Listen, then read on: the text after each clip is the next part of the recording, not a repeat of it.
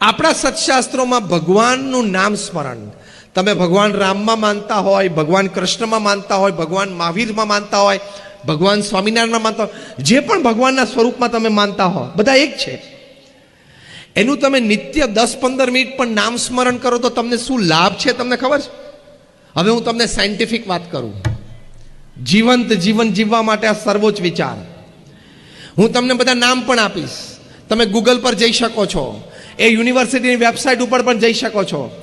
University of Philadelphia અમેરિકામાં, university of Pennsylvania અમેરિકામાં, એના 2 વૈજ્ઞાનિકો doctor Andrew Newberg, doctor H.G. Coin, એમણે એક પ્રયોગ કર્યો. પ્રયોગ એવો હતો કે આખા અમેરિકામાંથી 4000 લોકોને ભેગા કર્યા, હજારના 4 ગ્રુપ કર્યા. પહેલું ગ્રુપ હતું 4 થી 12 વર્ષના બાળકો, બીજું ગ્રુપ હતું 12 થી 22 વર્ષના તરુણો અને યુવાનો, ત્રીજું ગ્રુપ હતું 22 થી 60ના બધી ઉંમરના, જે બૌદ્ધ આપણે જે બેઠા છે 22 થી 60ની ઉંમરના.